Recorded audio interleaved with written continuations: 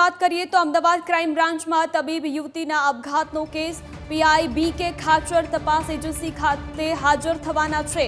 Gaekwad Haveli police station ખાતે હાજર થશે। BK ખાચરના વકીલે તપાસમાં સહકારની બાંહેધરી આપી છે। હજુ સુધી PI BK Khachar police station નથી પહોંચ્યા। आज मुद्दे વધુ જાણકારી માટે સંવાદદાતા જયેશ આપણી સાથે જોડાયા છે। જયેશ, શું વધુ વિગત?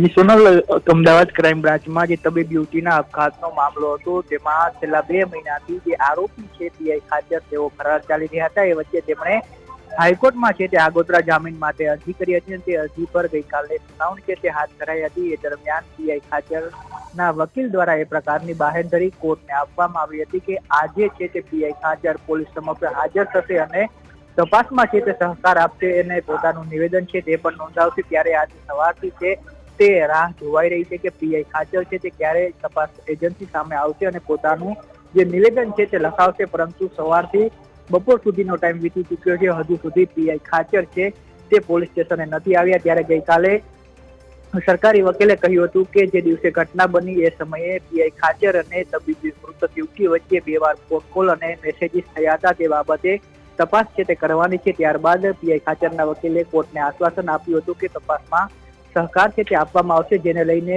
हाईकोर्ट द्वारा है आगोतरा जे जामीन अरजी है तेनी सुनावणी मोडी करवामां आवी हती। ते साथे साथे पीआई खाचरने आर्थिक राहत है आपवामां आवी हती 18 तारीख सुधी। परंतु पीआई खाचर है हजू सुधी पोलीस स्टेशन है ते नथी पहोंच्या।